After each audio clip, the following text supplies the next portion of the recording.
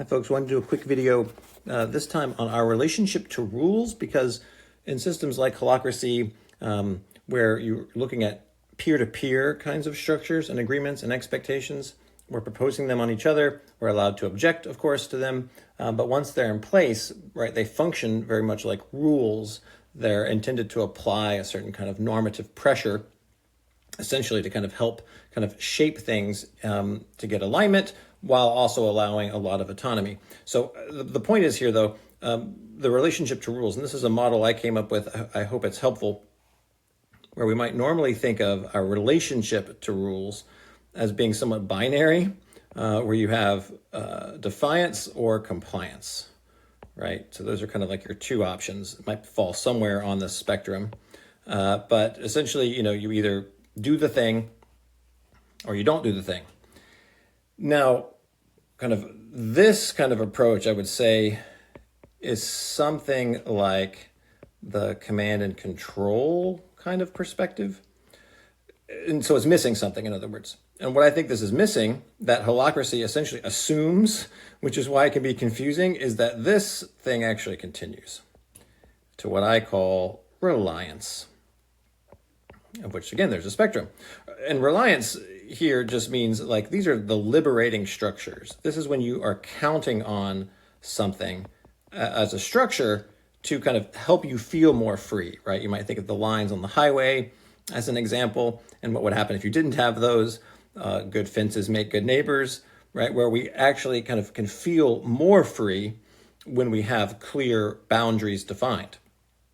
And in that sense, when we're able to kind of propose expectations and check governance and see what the roles accountabilities are, or what the domains and policies are, that should hopefully result in a felt sense of reliance, right? A felt sense of, like, okay, phew, I don't have to kind of remember all of this or have it all in my head, because I can rely upon it.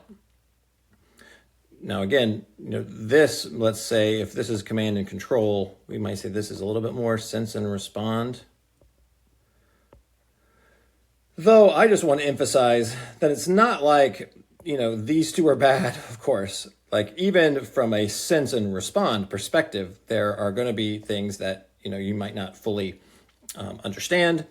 And so your choices are basically to kind of go along with it, unless there's a good reason not to, or potentially, again, like, defy it if they're kind of firm boundaries. So another way I like to kind of talk about this is this, like, there are positive and negative versions of, or manifestations of, each of these. So on the positive side of, like, defiance, when is defiance positive? Well, if a structure is like illegitimate, if it's immoral,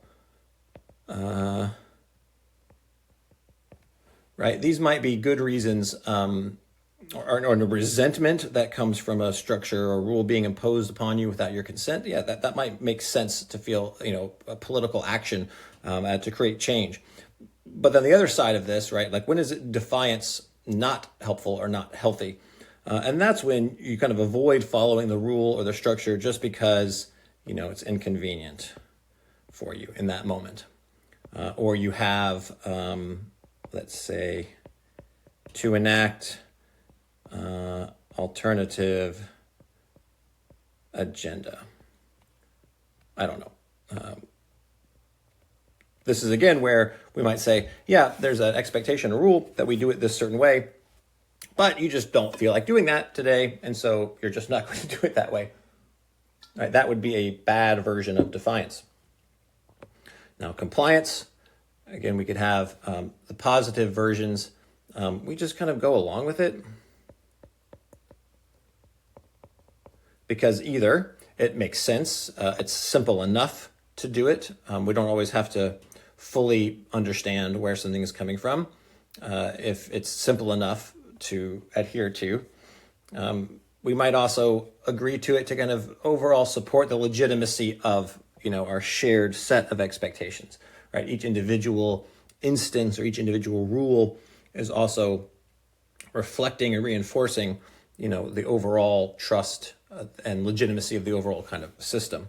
Fear of the unknown, of what would happen if you didn't follow it, right? Those are all fine. Those are reasons why you might kind of comply with it. Now, what are the unhealthy versions of compliance? Well, I would say that's when you're like enduring harm, right? You're going along with a thing, but it's painful. It's creating tension for you, but you're just trying to kind of suck it up.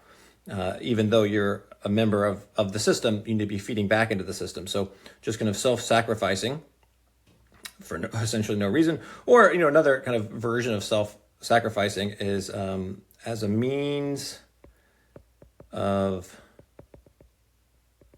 buying something. I wrote an article called Our Inner Gangster, which was a description of this kind of phenomena of like when people self-sacrifice, but not kind of freely, they're self-sacrificing with the expectation of something in return. All right, those are kind of like the bad versions of compliance. Now, positive versions of reliance, we kind of already talked about, I highlighted them earlier, but a sense of safety, where you are proposing new ones, right? You really lean on them.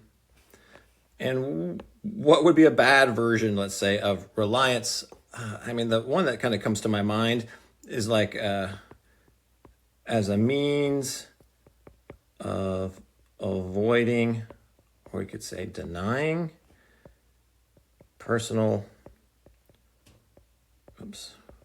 responsibility. I'm writing too fast. Ability. So this is like, I wish I could, but it's store policy, right? This idea of like, you're leaning on it.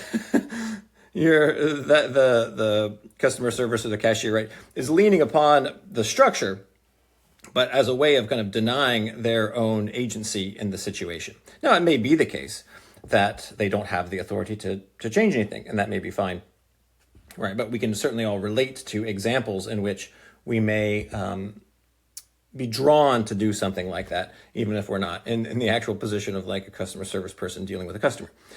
So anyway, that's it, folks. This kind of model here, I've used pretty much all my colors, but let's just say, like the defiance and compliance as being kind of like the typical traditional binary way of thinking about the relationship. But with holacracy rules, self-management, right, we're extending this spectrum out into this kind of relationship where we might actually rely upon them. And again, these are all necessary in different ways at different times. So it is not, well, not just less, but it is just not the case that reliance is inherently somehow better than just these two, right? It's just more of a fuller spectrum. And with that full spectrum in mind, though, we can then start to make some determinations about, when might the activity or the response be kind of positive and healthy, and when it might not. I hope that was helpful. Let me know if you have any questions.